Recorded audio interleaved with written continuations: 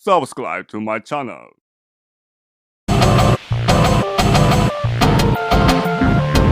Assalamualaikum warahmatullahi wabarakatuh. Saya Syarifatul Masrurah dari Prodi Tadris Matematika ingin menjawab beberapa soal dari mata kuliah Filsafat Pendidikan Islam. Yang pertama yaitu jelaskan mengapa pendidik harus memahami tujuan filsafat pendidikan Islam, yaitu karena filsafat pendidikan Islam berfungsi sebagai landasan dalam merancang, kemudian melaksanakan dan mengevaluasi proses pendidikan sesuai dengan nilai-nilai Islam. Dengan memahami tujuan filsafat pendidikan Islam, pendidik dapat menjalankan tugasnya sebagai murabi atau juga bisa disebut dengan pendidik yang mendidik secara menyeluruh, yang tidak hanya mentransfer ilmunya, akan tetapi dia juga membimbing peserta didik menjadi insan yang baik dan berakhlakul karimah. Kemudian yang kedua yaitu jelaskan beberapa metode dalam pendidikan Islam menurut Ibnu Khaldun. Metode manakah yang sesuai diterapkan pada generasi sekarang?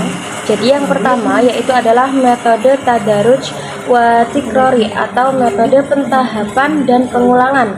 Dan yang kedua yaitu metode diskusi atau dialog, di mana guru itu memberi kesempatan kepada siswa untuk mengumpulkan pendapat, membuat kesimpulan atau menyusun berbagai alternatif pemecahan masalah.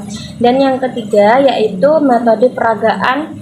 Nah, di sini yaitu anak didik pada awal permulaan belajar itu mempunyai kelemahan dalam memahami ilmu dan daya pengamatannya juga kurang. Jadi alat-alat peraga tersebut membantu untuk memahami ilmu yang diajarkan kepadanya.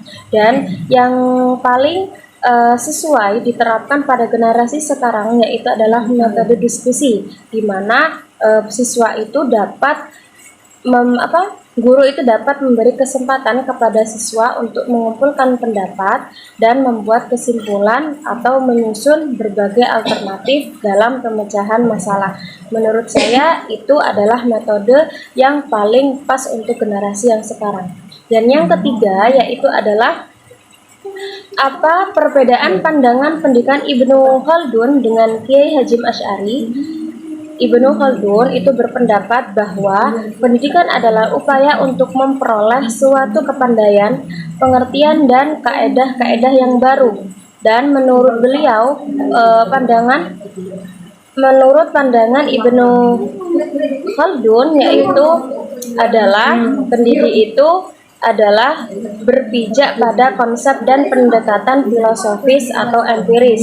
Dan menurut pandangan pendidikan menurut Kiai Haji Hasyim Asy'ari, pendidik Nahdlatul Ulama yaitu sangat dipengaruhi oleh ajaran Islam yang holistik, berpusat pada pembentukan akhlak dan bertujuan mencetak manusia yang berilmu serta beradab. Kemudian yang keempat itu adalah bagaimana kriteria pendidik dan peserta didik menurut Imam Al-Ghazali. Jadi menurut beliau atau menurut Imam Al-Ghazali itu dalam kitab Ihya Ulumuddin, baik pendidik ataupun peserta didik itu memiliki kriteria tertentu yang berakar pada konsep adab dan akhlak dalam pendidikan. Jadi kriteria pendidik atau guru yang pertama itu adalah ikhlas dalam mengajar. Dan yang kedua yaitu berilmu dan berkompeten. Yang ketiga yaitu berakhlak mulia. Yang keempat yaitu memahami psikologi murid. Dan yang kelima yaitu tidak menyampaikan ilmu yang dapat merusak murid.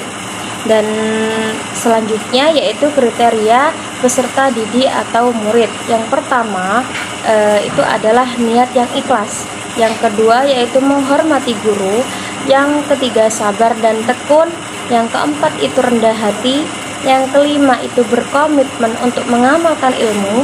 Dan yang keenam atau yang terakhir yaitu ilmu yang dipelajari harus diamalkan dalam kehidupan sehari-hari. Karena menurut beliau, menurut Imam Al-Ghazali menekankan bahwa ilmu tanpa amal itu seperti pohon yang tanpa berbuah.